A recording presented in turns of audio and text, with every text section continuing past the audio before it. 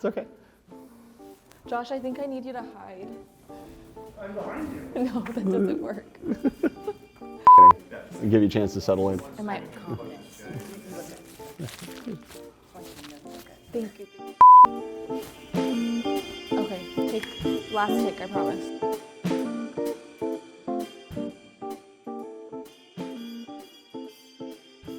I'm Derek Seaver, President and CEO of the San Jose Chamber of Commerce, and we are excited to be joined for this month's Chamber Chat by Diana Torres. Diana Torres is the Manager of External Engagement for the San Francisco 49ers and is focused on community support and outreach in the Bay Area to ensure the 49ers continue to act as a supportive community partner. Prior to joining the 49ers, Diana worked as a district representative for Senator Dave Cortese, where she developed an operating plan for the senator's office and worked directly with constituents and stakeholders to ensure their voices were heard and acted on. Diana earned her BA in political science from San Jose State University, as well as a minor in public administration and policy. She enjoys spending time with her family, traveling, and volunteering with local nonprofits. Diana, thanks for taking the time to join us, and on behalf of our members and our board, thank you for representing the 49ers and coming to speak with our members. Thank you for having me. I'm excited to be here. You know, I really appreciate the time, especially with everything that's going on in the season. And I think for a lot of the folks listening, you know, they kind of look at sports and entertainment as a pretty awesome place to go to work every day.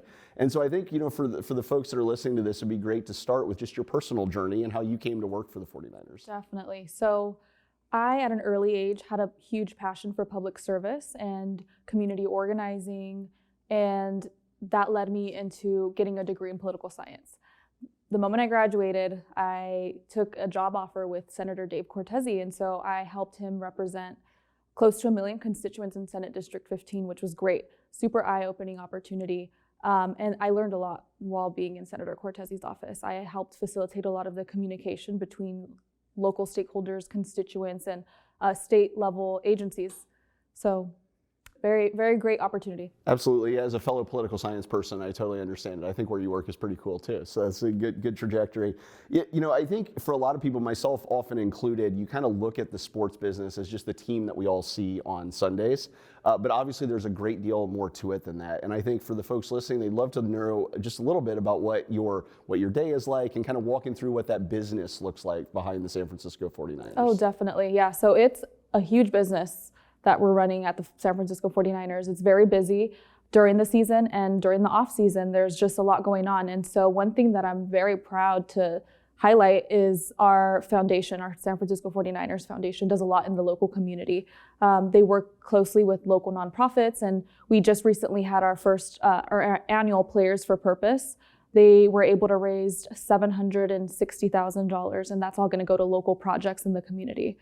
So that's a huge goal of ours, is to be a great local partner in the area. And we work really hard during the season and during the off season to try to meet those goals. Awesome. That's great stuff. And I know we'll get back into the community side in a second, because I know how active the 49ers are in our local community and how much so many folks appreciate that. But I think one of the elements of the job that you have, or that the 49ers manage, that a lot of people don't understand, is in addition to football games at Levi Stadium, you also manage the stadium, which is a beautiful and great local asset that we have.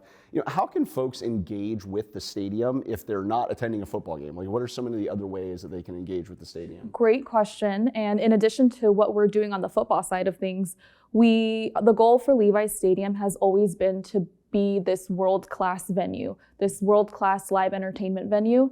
And with COVID recently, it's been very difficult to do that. And so we're so excited that this year it's gonna be our busiest concert year. So that in addition to football games, we have concerts at Levi Stadium. They're back.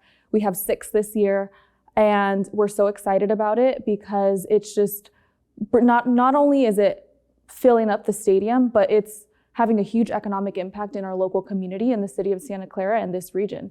Yeah, absolutely. It's a great point. And I think every time you have an event there and activate it, the local community, particularly the small business community, really big beneficiaries of that. So I agree, yeah. So thank you for that work.